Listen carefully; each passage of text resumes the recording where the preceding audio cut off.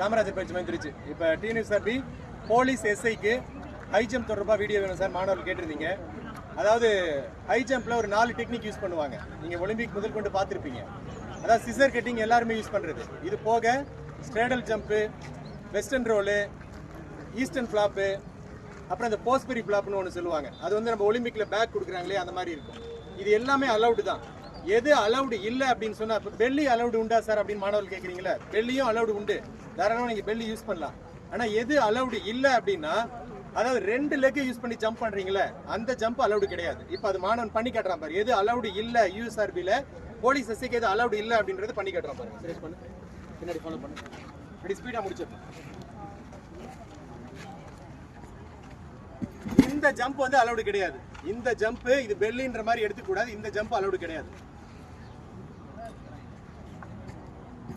பாருங்க, இந்த மாணவனும் பண்ண பாருங்க, இந்த ஜம்பும் அலௌடு கிடையாது. இப்ப பாருங்க, அடுத்து சிசர் கட்டிங் பண்ண வைக்கிற பாருங்க, இது அலௌடு. பாருங்க, இது ஹைட் வந்து கம்மியா தான் வச்சிருக்கேன். இங்க ஹைட் வந்து கம்மியா தான் வச்சிருக்கேன் டெமோ பண்றதுக்காக. ஒரு 1.30 தான் வச்சிருக்கோம், 1.25 1.30 தான். ஆனா தேவையானது 1.20 1.40 வேணும். பட் டெமோ பண்றதுக்காக வச்சிருக்கோம். சுரேஷ் ஓகே, சிசர் கட்டிங் பாத்தீங்க. இப்ப இன்னொரு பையன் பண்றான் பாருங்க, அமித்.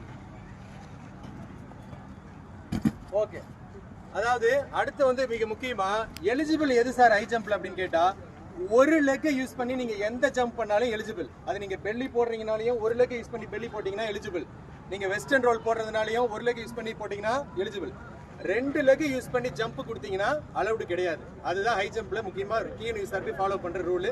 இதை மட்டும் மாணவர்கள் பார்த்துக்கோங்க. கமெண்ட்ல வேற ஏதாவது வேணும்னா தெரியப்படுத்துங்க. பெரும்பாலான மாணவர்கள் ஹை ஜம்ப் போக வேணாம், ஏன்னா ஹை ஜம்ப் விட லாங் ஜம்ப் தான் உங்களுக்கு கன்வீனியன்ட்டா இருக்கும். மாணவர்களே கவனமா செயல்படுங்க. கமெண்ட்ல ஏதாவது டவுட் இருந்தா கேளுங்க. ரைட்.